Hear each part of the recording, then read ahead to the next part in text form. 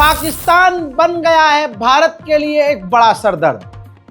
भारत के लिए बड़ी मुसीबत आगे और आएगी, क्योंकि मोदी जी तो 2 दिन में सरेंडर करके किनारे हो गए और आज मैच भी खेल रहे हैं।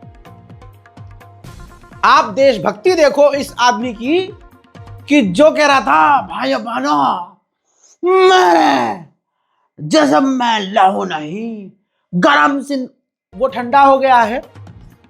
मैच इंडिया पाकिस्तान मैच, सुनिए रिपोर्ट ये थी, है और रहेगी, क्योंकि जो हुआ है वो बदला नहीं जाएगा। चाइना की सैटेलाइट से पाकिस्तान ने भारत पर लाइव नजर रखी और भारत को नुकसान पहुंचाया।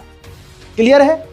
आज पाकिस्तान ने चीन के साथ सैटेलाइट डील की है, यह है रिपोर्ट। भारत के खिलाफ पाकिस्तान अपनी सर्विलांस क्षमता को बढ़ाने के लिए चीन के साथ समझौते पर साइन कर चुका है। 5 सितंबर को चीन की कंपनी पायसाट इंफॉर्मेशन टेक्नोलॉजी को ने पाकिस्तान सरकार के साथ $406 मिलियन की डील पर साइन किया है। इसके तहत पाकिस्तान को इंटीग्रेटेड सैटेलाइट सिस्टम तैयार करने में मदद मिलेगी। इस प्रोग्राम के पहले फेज में 20 सैटेलाइट को लॉन्च और एक सैटेलाइट निर्माण केंद्र की स्थापना और सपोर्टिंग सॉफ्टवेयर का डेवलपमेंट शामिल है। बहुत बड़ा स्टेशन पाकिस्तान में बनाया जाएगा और पाकिस्तान डायरेक्ट वहां से भारत की हर मूवमेंट पर पैनी नजर रखेगा। भारत के हमला करने से पहले पाकिस्तान पूरी तरह से अलर्ट और डिफेंस मोड में आएगा और अब तक जो खतरा भारत को था पाकिस्तान से, आने वाले समय में अब पाकिस्तान से भारत को और बड़ा खतरा होगा।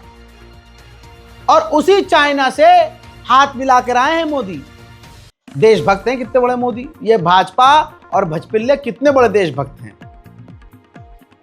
भाई भारत पाकिस्तान का मैच हो रहा है और भूल गए हैं ये जो कल तक रो रहे थे कि हमारे 26 मार दिए पाकिस्तान आतंकवादी और ये और वो। आज पाकिस्तान के साथ मैच खेल रहे हैं। ये है मोदी और मोदी के चाहने वालों की देशभक्ति। वहीं पाकिस्तान का राष्ट्रपति चाइना पहुंचा है शी जिनपिंग से मुलाकात के लिए, और देखिए अब आगे क्या क्या डील होती है। डीलें तो हो ही रही हैं दोनों के बीच, लेकिन मोदी जी पे क्या फर्क पड़ता है। 56 इंच की छाती है, कुछ भी डील करते रहो। हम तो चीन के दोस्त हैं, दोस्त थे दोस्त रहेंगे। चाहे वो अरुणाचल प्रदेश में अपने गांव बसा ले, चाहे वो ब्रह्मपुत्र नदी पर डैम बनाकर पानी बंद कर दे, चाहे हमारे लिए खतरा पैदा करे, चाहे लद्दाख में वो अपने हल्के लेकिन खतरनाक टैंक तैनात करे। हाँ, हम नहीं बोलेंगे। अभी पिछले हफ्ते, अब मोदी सरकार के नीति को समझिए ना, इनका पूरा कैरेक्टर झूठा है। पिछले हफ्ते क्या हुआ, जो तालिबान है उसका एक छोटा मिनिस्टर दिल्ली आया था और जो मेडिकल एग्जीबिशन था, फार्मा मेडिकल एग्जीबिशन, उसमें वो तालिबानी नेता शामिल हुआ था। गोदी मीडिया ने खबर दिखाई नहीं, क्योंकि थूक के चाटेंगे थोड़ी ना ऐसे, क्योंकि यही सरकार, भारत का हिंदू इतना जागा हुआ था कल कि तालिबान को आतंकवादी लिख रहा था। भाजपा, मोदी, अमित शाह ऐसे टॉप के नेता तालिबान को आतंकवादी लिख रहे थे। तालिबान नाम गाली हुआ करता था, गोदी मीडिया तालिबान आतंकवाद लिखता था। आज जो कल उसको आतंकवाद कह रहे थे, आज उतार कर कह रहे हैं तोहफा कबूल कर लो, आओ तालिबान आओ। यह है बीजेपी सरकार। उधर पाकिस्तान को लगा है बड़ा झटका। दोस्तों ये रही रिपोर्ट, पाकिस्तान टॉप 10 मजबूत तरीन देशों से बाहर हो गया है। भारत चौथे नंबर पर है, अमेरिका ताकतवर देशों में पहले नंबर पर, रूस दूसरे, तीसरे पर चाइना और चाइना के बाद चौथे पर हम हैं। 5वें पर साउथ कोरिया है, 6ठे पर यूके है, फ्रांस 7वें नंबर पर, 8वें नंबर पर जापान, 9वें पर तुर्की और इटली 10वें नंबर पर। पाकिस्तान फिसल कर आ गया है 12वें नंबर पर।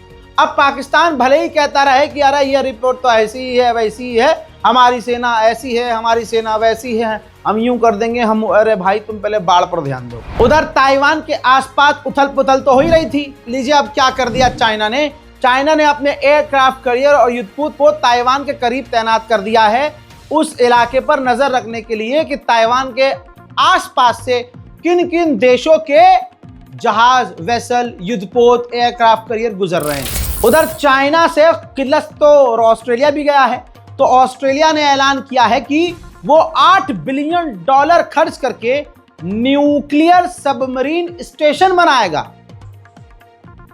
यानी चाइना का खौफ इतना ज्यादा ऑस्ट्रेलिया को है कि अब वो भी हथियार बनाने में दिमाग लगा रहा है, पैसा लगा रहा है। उधर चीन का खौफ अमेरिका को इतना है कि अमेरिका ने $10 बिलियन 10.8 लगभग है, हाँ, $10.8 बिलियन खर्च किया है क्लासिफाइड ऑपरेशन पर। यानी कई कंपनियों को उसने मोटा पैसा दिया है कि चीन को टक्कर देने के लिए खुफिया हथियार बनाओ। वो हथियार कैसे होंगे भाई नहीं पता, लेकिन चाइना को टक्कर देने के लिए इतना पैसा अमेरिका ने लगाया है तो कुछ तो खतरनाक बना रहा होगा। नेपाल के इंटरिम प्रधानमंत्री बन चुकी हैं सुशीला कर्की। प्रधानमंत्री पद संभालते ही उन्होंने तुरंत हॉस्पिटल्स का दौरा किया। सुशीला कर्की अब प्रधानमंत्री का पद संभाल चुकी हैं और सबसे पहला काम उन्होंने यही किया, काठमांडू में जो अस्पताल है उन अस्पतालों में जो घायल प्रदर्शनकारी हैं उनसे मुलाकात के लिए, उनके हालचाल को पूछने के लिए पहुंच गईं। ये कदम उनका नेपाल के लोगों को पसंद आ रहा है। वहीं म्यांमार में अभी भी गृह युद्ध चल रहा है। म्यांमार की सेना ने फिर इजराइल जैसा कदम उठाया और एयर स्ट्राइक की स्कूल के ऊपर, जिसमें 19 स्कूल के छात्र मारे गए हैं, हाई स्कूल के छात्र मारे गए हैं। आप सोच सकते हैं ये वही रोहिंग्या है, ये वही म्यांमार है जहां के मुसलमानों को इसी सेना और इन्हीं जनता ने मिल कर कूटा था, मारा था, जिंदा जलाया था। अब वहां ऐसा बवाल है, ऐसा अजाब है कि सालों साल बीत चुका है। ये इनको मार रहे हैं, वो इनको मार रहे हैं, काट पीट चल रही है, अजाब इलाही। उधर नॉर्थ कोरिया के तानाशाह ने ऐलान कर दिया है, किम जोंग उन ने, कि वो और न्यूक्लियर हथियार बनाएंगे। उधर एक बार फिर से रूस के ड्रोन रोमानिया और पोलैंड में घुस गए, जिसके बाद दोनों देश रोमानिया और पोलैंड फिर से रूस पर भड़क गए हैं।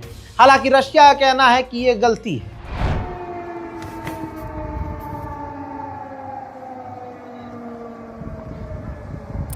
अच्छा, इसका फायदा फौरन ज़ेलेंस्की ने उठाया, फौरन कैमरा चालू किया, सामने आकर कह दिया कि ये जो पोलैंड और दूसरे इलाकों में रूस के ड्रोन घुस रहे हैं, ये पूरे यूरोप के लिए धमकी है, वार्निंग है। देखिए।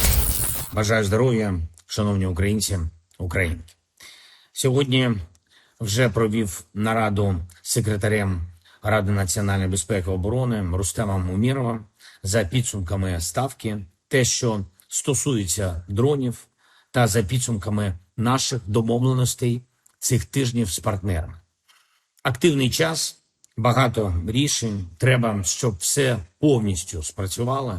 Тільки за цей тиждень 3 санкційні кроки: Британія, Японія, Нова Зеландія. Європейський Союз подовжив персональні санкції.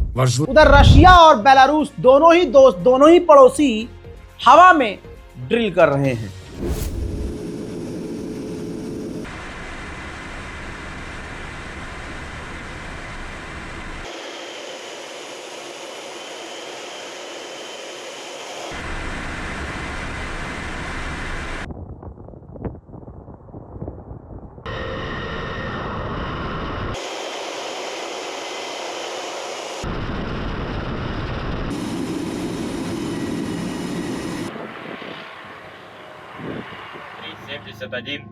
раздел 43-52 раздел। रूस के ड्रोन पोलैंड में बार बार घुस रहे हैं, जिसकी वजह से अब नाटो ने 3 अपने राफेल फाइटर जेट पोलैंड में तैनात कर दिए हैं। उधर नाटो के चीफ भी डर गए हैं। नाटो के चीफ ने दुनिया को डराते हुए, नाटो के साथियों को डराते हुए कहा है कि रूस की मिसाइलें 10 मिनट में यूरोप के किसी भी देश में घुस सकती है, तो हमें तो कुछ सोचना पड़ेगा। But generally speaking, you know, I don't like that whole eastern flank thinking because it gives the impression that if I live in Madrid or in London, I'm safer than when I live in Tallinn, and that is not true. because these latest Russian missiles, when they will be launched, they come down with 5 times the speed of sound, and they will take 5 or 10 minutes longer to reach Madrid or London than they take to reach Tallinn or Vilnius. So in that sense, let's agree that within this alliance of 32 countries, we all live on the eastern flank. Why is रूस कुछ भी कर ले, Ukraine भारी पड़ रहा है। Ukraine ने 1500 किलोमीटर अंदर नोवो उफा ऑयल रिफाइनरी, उफा के अंदर, जो रूस के अंदर का इलाका है उफा, वहां पर हमला कर दिया। यानी रूस का एयर डिफेंस सिस्टम टट्टी है भाई, टट्टी। यूक्रेन 1500 किलोमीटर दिन के उजाले में घुसकर हमला कर दे रहा है। अब नेटो, ये तस्वीर देखिए, नेटो ने पोलैंड के अंदर अपनी और फौज भेज दी है। अभी तो फाइटर जेट तैनात किए थे, अब फौज भी नेटो भेज रहा है पोलैंड, यानी यूक्रेन और रूस की जंग में अब घुस गया है नेटो। अब ग्राउंड पर तस्वीरें बदल सकती हैं, जंग रुकने के बजाय बढ़ सकती है। उधर भाई साहब रूस भी कम नहीं है। रशिया ने पोलैंड से कुछ ही दूरी पर, बॉर्डर पे, मतलब बिल्कुल बॉर्डर के करीब, मेन रोड पर, बिल्कुल सड़क पर, बीच में ही, पोलैंड के करीब रूस ने अपनी सबसे खतरनाक स्कैंडर मिसाइल तैनात की हुई है। उधर बुल्गारिया के बीच पर भी, तस्वीर देखिए, बिल्कुल बीच पर, बुल्गारिया में अलग देश है भाई, वहां पर भी रूस का ड्रोन मिला है, जिसकी वजह से पूरे यूरोप में हड़कंप मच गया है। उधर डोनाल्ड ट्रंप ने धमकी दी है पुतिन को, कहा कि मेरा सब्र खत्म हो रहा है, पुतिन जल्दी डील कर ले। President Putin, because we just saw these drones in Poland. Yeah, well, More the Poland sanctions? thing, I mean, I'm not going to defend anybody, but the Poland, they were actually knocked down and they fell into an area. But you shouldn't be close to Poland anyway. Right. So I solved, as you know, 7 wars. 7. मोहतरम हजरात, अंतरराष्ट्रीय prime time report में आज अभी के लिए इतना ही। Channel को जल्दी से सब्सक्राइब कीजिए, वीडियो को लाइक कीजिए और अपनी राय कमेंट में जरूर लिखिए। जय हिंद।